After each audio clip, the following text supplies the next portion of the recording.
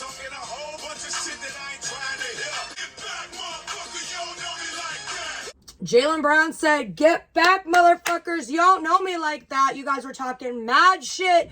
Game 1, acting as if this man didn't earn every cent to the dollar of his contract extension. I said, bro, chill out. Everyone's mad toxic right now. Give him a goddamn break. He will show you. And game 2, he showed you. Game 3, he said, it's fucking real. He had 36 points, 16 of which was in the first quarter. Didn't play at all in the fourth quarter. That is the Jaylen we know and love. Welcome back, Jaylen Brown. Bigger and better than ever. Thank you. Everybody owes this man an apology right now.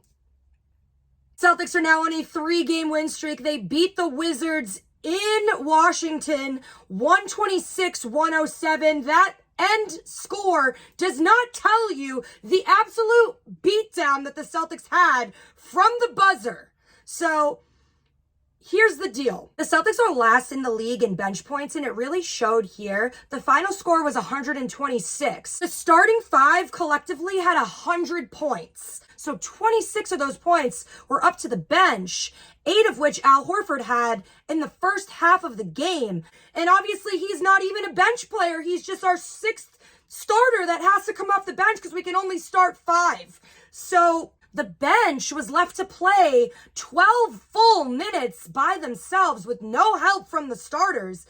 They couldn't even get over 20 points collectively. It's not mattering so much now because the Celtics are 3-0 to start the season, but that can only go so far. The starters are going to get tired, and luckily they all played under 35 minutes tonight, but who's to say that's going to last and be substantial in the long run? Not having much production isn't terribly kicking us in the ass right now, but I have a feeling down the stretch it will catch up to them, so they need to add one more person at least to give us some production off the bench. That is a little bit of a glaring issue in my opinion.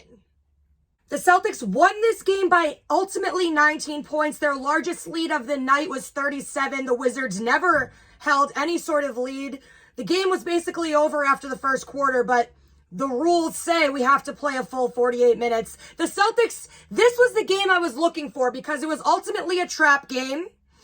Ultimately, the Celtics played down to competition in the past. A team like the Wizards that has basically nobody on it, you need to make sure that this is like a stat padding game. Like everyone is eating, everyone's attacking, and these types of games can get boring. You're up by almost 40 and it's 10 minutes into the game.